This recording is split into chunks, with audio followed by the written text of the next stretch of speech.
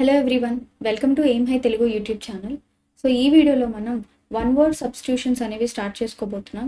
Already ప్యారలల్గా మనం idioms అనేవి చూస్తున్నాము. ఆల్మోస్ట్ 50+ అంటే ఆల్మోస్ట్ 80+ క్వశ్చన్స్ ఆల్రెడీ సాల్వ్ చేసాము. ఆ వీడియోస్ ఉన్నాయి, పార్ట్ 1 పార్ట్ 2, ఇంకా అదర్ పార్ట్స్ కూడా నేను ఎడిషనల్గా యాడ్ చేస్తాను. ఇప్పుడు ప్యారలల్గా మనం వన్ వర్డ్ సబ్స్టిట్యూషన్స్ అనేది త్వరగా స్టార్ట్ చేసుకుంటే it will be easy for you to practice అని చెప్పి నేను స్టార్ట్ చేస్తున్నాను. Okay, so let's not waste the time and get into the video. Okay, so మనకి వన్ వర్డ్ సబ్స్టిట్యూషన్స్ అంటే ఏంటంటే ఇచ్చినటువంటి పదానికి లేదంటే ఇచ్చినటువంటి ఒక సెంటెన్స్కి ఆ మొత్తం అర్థాన్ని మనం వన్ వర్డ్లో తీసుకొచ్చి మనం ఎక్స్ప్లెయిన్ చేయాల్సి ఉంటుంది. అంటే దాని మొత్తానికి అర్థాన్ని మనం ఒక వర్డ్లో పెట్టాల్సి ఉంటుంది. సో దాన్నే మనం వన్ వర్డ్ సబ్స్టిట్యూషన్ అని పిలుస్తాం అనమాట.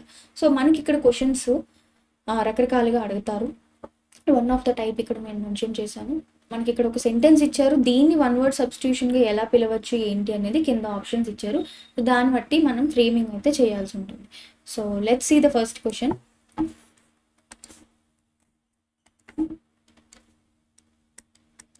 Okay, the wide variety of shared different personal and group characteristics among human beings. Okay, దీన్ని మనం వన్ వర్డ్ సబ్స్టిట్యూషన్గా ఏమంటాం?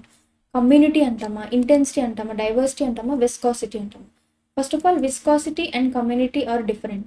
In viscosity and intensity are different. That is completely different. That is completely belong to a substance.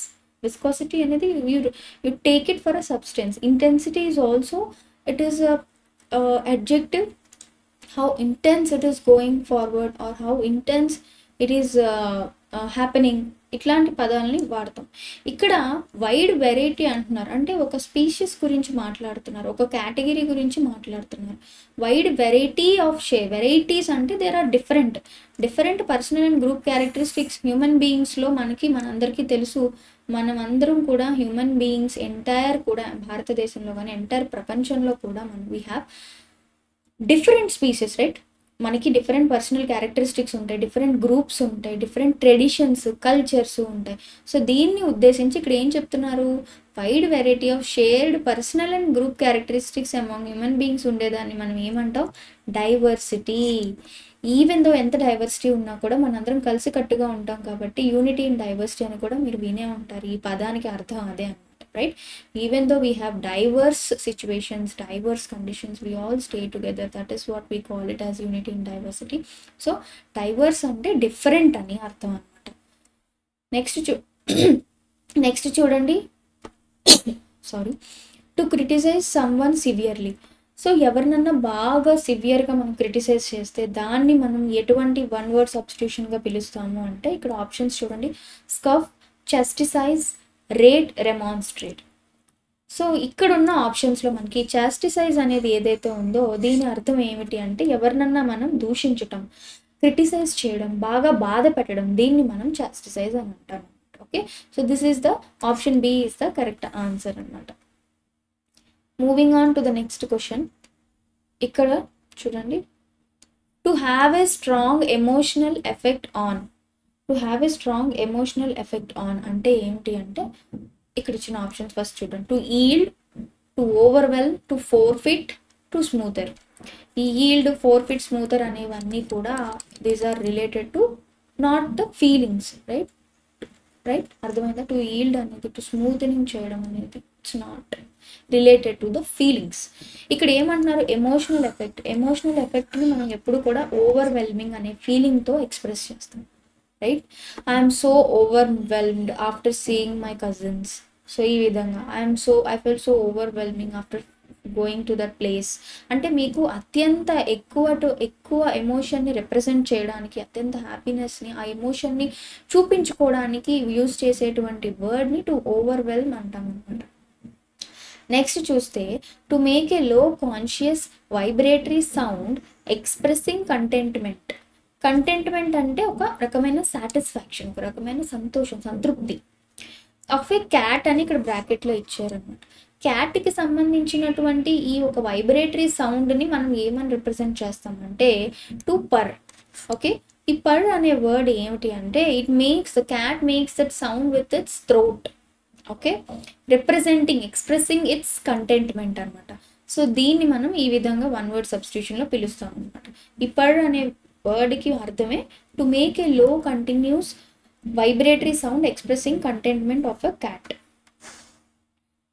Next చూసుకున్నట్టయితే to restrain or compel a person to do something by force. అంటే ఎవరినన్నా బలవంతంగా ఏదైనా పని చేయించాలి అంటే దాన్ని మనం కోయర్స్ అంటాం, right? Coerce. Option A is the correct answer. Okay, casualty, consciousness, convoy ఇవన్నీ కాదు. కోయర్స్, కోయర్సింగ్, కోయర్స్డ్ ఈ వర్డ్స్ని ఏంటంటే please don't coerce me. Okay, అంటే బలవంతంగా ఏది చేయించద్దు. కోయర్స్ అనే వర్డ్, కోయర్స్ అనేది వర్బ్ అనమాట. ఇది ఏంటి, సారీ, కోయర్స్ అనేది నౌన్ అనమాట. ఏంటి అంటే మీరు ఒకళ్ళతో ఒక పని చేపిస్తున్నారు బలవంతంగా, ఆ యొక్క యాక్షన్ని ఈ యొక్క నేమ్తో మనం పిలుస్తాం అనమాట. ఓకే, నెక్స్ట్ చూసుకున్నట్టయితే to tell the nature of a disease by its symptoms. Okay, మనము ఏదైనా ఒక డిసీజ్ మొదలైంది ఎలా కనిపెడతాం, ఈ ప్రాసెస్ని ఏమని పిలుస్తాం అంటే డయాగ్నోసిస్. డయాగ్నైజ్ అయ్యింది, she has been diagnosed with cancer, he has been diagnosed with cholera or dengue, ఇట్లా ఆర్ డిసీజ్. సో ఒక to tell the nature of disease by its symptoms అంటే ఆ యొక్క డిసీజ్ని సిమ్టమ్స్ ద్వారా అది ఏంటి అని చెప్పడాన్ని, ఆ ప్రాసెస్ని మనము ఆ చెప్పే విధానాన్ని డయాగ్నోసిస్ అంటాం అన్నమాట, రైట్? నెక్స్ట్ క్వశ్చన్ చూద్దాం. Very attractive and easy to feel love for.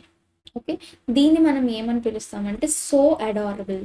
Adorable is the correct answer. అంటే ఏదైనా సరే she's the baby is looking so adorable, the pets are so adorable, అంటే something is so lovely and cute. దీన్ని express చేయడానికి మనం adorable అనేటువంటి one word సబ్స్టిట్యూషన్ని మనం use చేస్తాం అన్నమాట. ఓకే, నెక్స్ట్ చూసుకున్నట్టయితే working or operating quickly and effectively in an organized way. ఒక పరికరం కానీ, ఒక మనిషి కానీ, ఒక సిస్టమ్ కానీ ఖచ్చితంగా పర్ఫెక్ట్గా వర్క్ చేస్తోంది, చాలా క్విక్గా, ఎఫెక్టివ్గా, ఒక ఆర్గనైజ్డ్ వేలో వర్క్ చేస్తుంది. దీన్ని రిప్రజెంట్ చేయడానికి మనం ఎఫిషియన్సీ యూజ్ చేస్తాం. ఎఫిషియన్సీ ఏంటి? The ability to work. The ability అంటే మీరు ఎఫిషియెంట్గా ఉన్నారు అంటే దాని అర్థం ఏంటంటే మీరు కరెక్ట్గా ఆ క్విక్కర్ వేలో ఎఫెక్టివ్గా వర్క్ చేస్తున్నారు. She is efficient and she is capable of doing that in what way? In an organized way. అంటే మీరు పర్ఫెక్ట్గా ఉంది, ఆ సిస్టమ్ ఎఫిషియెంట్గా ఉంది అంటే అది కరెక్ట్గా పనిచేస్తుంది అని అర్థం అనమాట. Okay, moving on to the next question. Writing which cannot be read అంటే something which is not readable, unreadable అని కూడా చెప్పచ్చు. దీన్ని మనం ఎలిజిబుల్ అని పిలుస్తాం. Eligible, illegible, it's not eligible, it's eligible. Eligible అంటే అర్థం ఏమిటి అంటే ఏదైనా ఒక రైటింగ్ రాసినది, ఇటువంటి నోట్స్ కానివ్వండి, ఏదైనా సరే మీకు అది చదవడానికి వీలుగా లేని దాన్ని వన్ వర్డ్ సబ్స్టిట్యూషన్లో ఈ విధంగా పిలుస్తాం అన్నమాట. Okay, the book is eligible అంటాం అంటే ఆ బుక్లో రాసిన దానికి మనకి అర్థం అవ్వట్లేదు అనమాట. Okay, the letter she wrote to me is eligible and I couldn't understand అంటే తను రాసింది అది చదివే విధంగా లేదు, అర్థం అవ్వట్లేదు. దీన్ని మనం ఈ విధంగా పిలుస్తాం అన్నమాట. ఓకే, నెక్స్ట్ చూసుకున్నట్టయితే legal document authorising the police or other body to make an arrest or search premises అంటే ఏదైనా ఒక డాక్యుమెంట్ ద్వారా ఒకరిని అరెస్ట్ చేయమని కానీ, సర్చ్ చేయమని కానీ, ఇటువంటి ప్రొవైడ్ చేసిన డాక్యుమెంట్ మనం ఏమంటామండి? వారెంట్ అంటాం. మీకు అరెస్ట్ వారెంట్ వచ్చింది, we have received a search warrant in your home. ఇవన్నీ మనం సినిమాల్లో పోలీసులు చెప్తూ ఉంటాం కదా, లేదా న్యూస్లో కూడా ఎప్పుడైనా ఎవరింటికైనా సర్చ్ వారెంట్ వెళ్ళినా, ఏదైనా అరెస్ట్ వారెంట్ వెళ్ళినా వారెంట్ అంటాం. అంటే it is a legal document. ఆ లీగల్ డాక్యుమెంట్ దేన్ని వారెంట్ అంటాం? ప్రతి లీగల్ డాక్యుమెంట్ని వారెంట్ అని పిలవం. ఏదైతే authorising the police or any other body అంటే గవర్నమెంట్ రిలేటెడ్ బాడీ ఏదైనా అరెస్ట్ చేయడానికైనా, ఏదైనా సర్చ్ చేయడానికైనా, రైట్? మనకి సిఐడి ఆఫీసర్స్ కానీ, సిబిఐ కానీ, వీళ్ళందరూ, లేదా పోలీస్ ఆఫీసర్స్ కానీ, వీళ్ళందరూ ఏదైనా సర్చ్ చేయడానికైనా, ఎవరినైనా అరెస్ట్ చేయడానికైనా ప్రొడ్యూస్ చేసేటువంటి డాక్యుమెంట్, లీగల్ డాక్యుమెంట్ని వారెంట్ అని పిలుస్తాం. Moving on to the next question. Someone who has too much admiration for him or herself అంటే ఎవరికైతే వాళ్ళ మీద వాళ్ళకి బాగా అత్యంత అబ్సెషన్, అత్యంత ఇష్టం అనేది ఉంటే వాళ్ళని మనం నార్సిస్ట్ అని పిలుస్తాం అనమాట. ఓవర్గా ఉండడం ప్రతిదీ కూడా ఇష్టం కానీ కోపం కానీ, they are having so much of admiration on them అనమాట. వాళ్ళని మనం నార్సిస్ట్ అని పిలుస్తాం అనమాట. They are over caring about them self. Something, next question, something belonging to or surviving from an earlier period. Okay, దీన్ని మనం ఏమని పిలుస్తామంటే రెలిక్ అని అంటాం. మీరు దేన్నైనా రెలిక్ అంటున్నారు అంటే, ఓకే, ఏదైతే పురాతన కాలం నుంచి ఉంది ఇప్పటికీ అది ఉంది అంటే దాన్ని మనం రెలిక్ అంటాం. Okay okay so for example ఏదైనా సరే ఎప్పుడో ఒక 50-75 years బ్యాక్ నుంచి, అంటే ఎర్లియర్ పీరియడ్ ఆర్ 100 years ముందు నుంచి ఉంది ఒక వస్తువు, అది ఇప్పటికీ ఇంకా అక్కడే స్టోర్ అయి ఉంది. దెర్ ఆర్ సో మెనీ ఏమంటారు things which are still there in from earlier period నుంచి చూసుకుంటే ఇప్పటికీ కూడా there are so many relics which are kept in the museum అన్నాం అనుకోండి ఫర్ ఎగ్జాంపుల్. అంటే అప్పటి ఉన్నాయి ఇప్పుడు ఉన్నాయి, దేర్ స్టిల్ కంటిన్యూ. దీన్ని మనం ఇట్లాంటివి something which is belonging to or surviving from an earlier period, దీన్నే మనం రెలిక్ అని పిలుస్తాం అన్నమాట. Next question, something that is modern or existing in the prevailing times. So ఇక్కడ ఏంటి అంటే మనం ఆల్రెడీ దీని గురించి మాట్లాడుకున్నాం.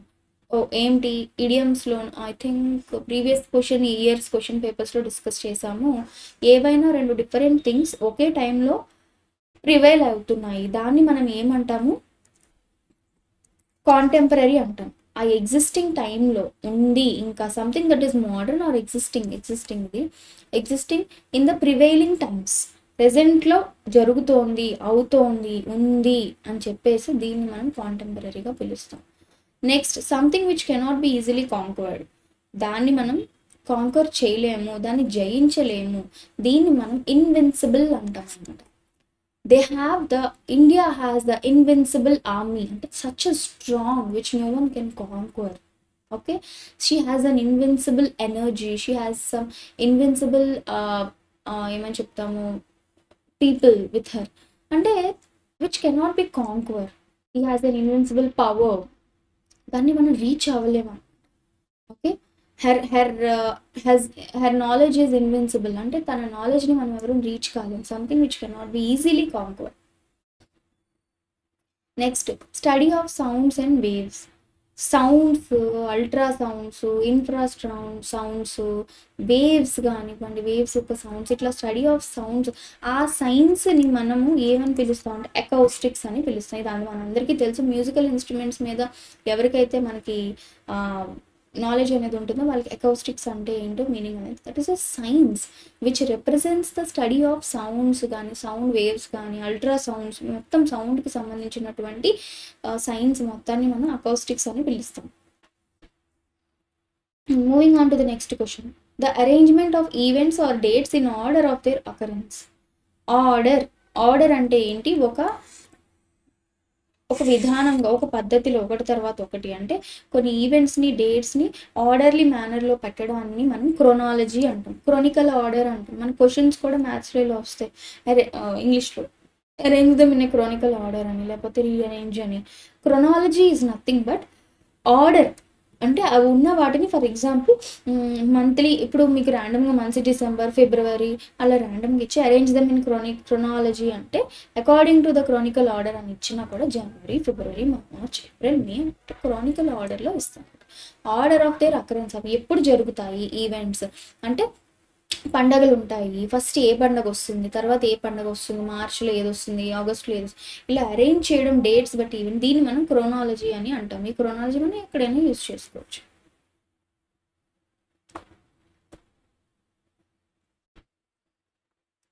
నెక్స్ట్ మనకి the imaginary line wear the earth and sky seem to meet అంటాం. ఓకే, ఇది మన అందరికీ తెలిసిందే, బేసిక్ క్వశ్చన్ ఇది.